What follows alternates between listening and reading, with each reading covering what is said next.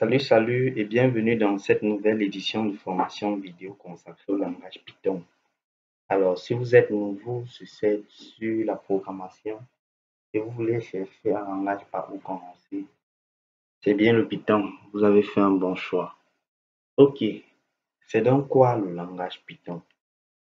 Le langage Python est un langage de programmation qui a été inventé en 1991 par le néerlandais Guido van Rossum.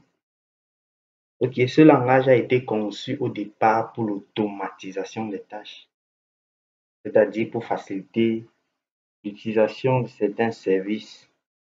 Et aujourd'hui, ce langage est l'un des plus utilisés au monde. Pourquoi ce langage est l'un des plus utilisés au monde? Cela vient tout simplement du fait que, en plus d'être portable, il est gratuit. Il est simple à utiliser, il est dynamique, il est orienté objet. Quand on parle de portabilité, ça vient du fait que Python est un langage interprété. Il peut être interprété, c'est-à-dire il peut donc fonctionner sur n'importe quel système d'exploitation.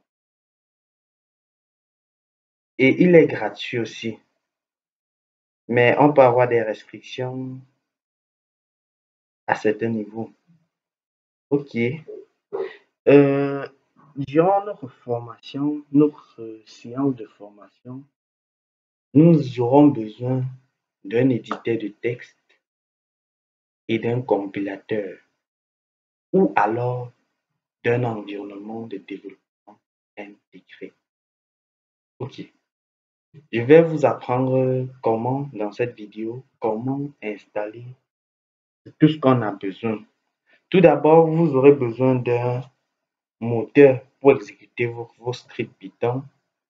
Ce que vous allez faire, c'est que vous rendez sur python.org et vous téléchargez tout simplement une version, que ce soit la plus récente ou l'une des moins récentes. Téléchargez une version 3. quelque chose, ça c'est très important. Téléchargez une version 3. quelque chose et en fonction de votre système. Pour mon cas, nous allons travailler avec le système d'exploitation Windows et désolé, le fichier, je l'ai déjà téléchargé. Donc, vous allez juste lancer là et le téléchargement va se lancer. Ok. Après avoir téléchargé le système, vous aurez ce fichier python.3. quelque chose. Ce que vous allez faire, c'est que vous lancez ça et vous vérifiez que cette case soit cochée.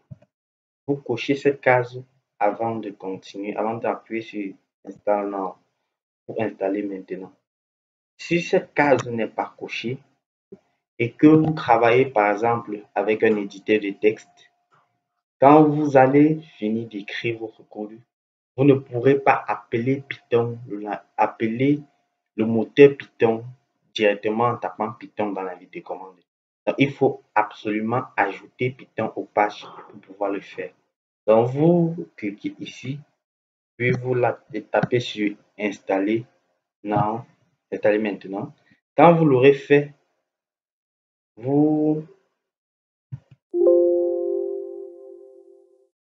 quand vous l'aurez achevé, vous allez juste ouvrir votre invite de commande. Pour vérifier cela, vous allez juste taper Python. Et si vous obtenez ceci, eh bien, vous avez réussi l'installation de votre moteur Python. Là, vous pourrez tout simplement, ici sur cette interface, faire des commandes Python telles que 4-5, ça vous retourne le résultat. Ou alors, ça vous retourne le résultat. Vous pouvez mettre des instructions et ça vous l'exécute. Vous pouvez tester vos instructions ici. Ok. Après avoir installé notre moteur Python, nous avons besoin d'un éditeur de texte. Je vous conseille de choisir un qui vous semble le plus familier. Je ne vous impose pas un éditeur de texte. Vous pouvez utiliser Sublime Text, Visual Studio Code, mais je vous déconseille d'utiliser Bloc-Notes et tout autre logiciel qui ne vous permet pas facilement de débugger vos codes. Ok. Mais pour notre cas de formation vidéo, nous n'utiliserons pas un éditeur de texte, nous utiliserons un environnement de développement intégré, d'où nous allons télécharger le logiciel PyCharm. Ok, pour le télécharger, vous allez juste venir sur le site web, sur ce lien, vous allez trouver ces deux liens de téléchargement, ces deux boutons de téléchargement. Vous choisissez en fonction de vos besoins. Il y a la version professionnelle qui est payante, il y a la version communautaire qui est gratuite.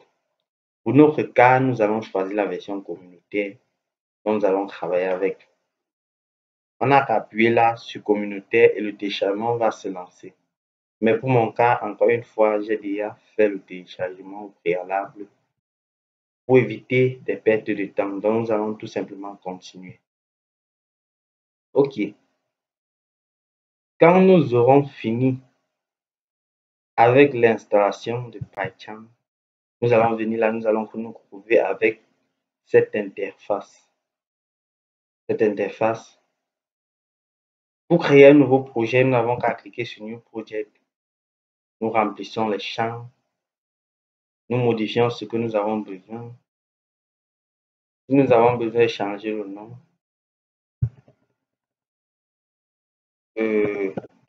nous pouvons mettre quoi?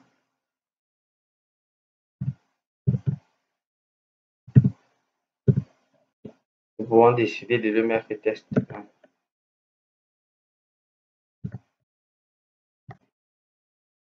Et le projet est créé.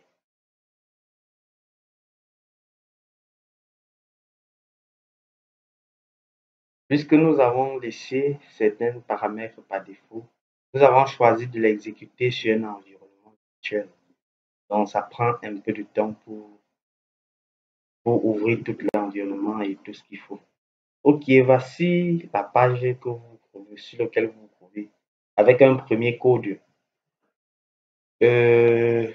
Ici, si vous ne comprenez pas le code, c'est pas grave, à la prochaine vidéo, nous étudierons plus proprement le langage.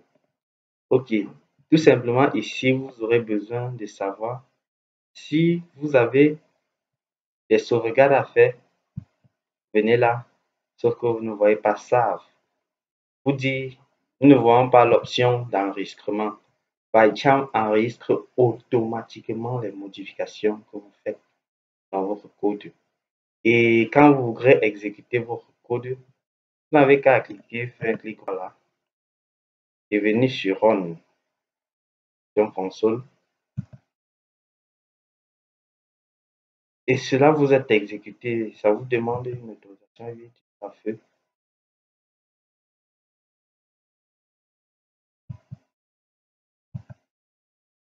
Vous autorisez l'accès et cela vous exécute le code. Vous voyez bien ici que le code s'est exécuté, ça vous retourne Ice PyCharm selon ce qui est écrit là exactement. Ok, si nous avons atteint cette page, très bien, vous avez réussi la première séance de formation et à la prochaine fois pour la deuxième séance.